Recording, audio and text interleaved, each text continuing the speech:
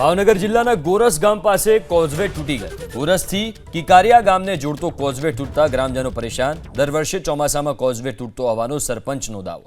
પ્રશાસન માત્ર બોર્ડ લગાવી માને છે સંતોષ। કોઝવે તૂટતા બંને ગામના લોકોને ભારે પરેશાની।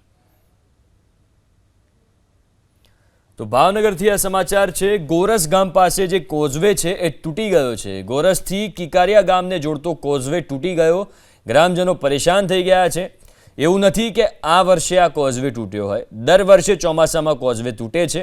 દર વર્ષે બનાવવામાં આવે છે, ફરી વરસાદ થાય, ફરી આ કોઝવે તૂટી જાય, તેમ છતાં માત્ર બોર્ડ લગાવીને સંતોષ માનવામાં આવે છે। તો ભાવનગરથી આ સમાચાર છે। ગોરસ ગામ પાસે જે કોઝવે છે એ તૂટી ગયો છે। ગોરસથી કિકારિયા ગામને જોડતો કોઝવે તૂટી ગયો।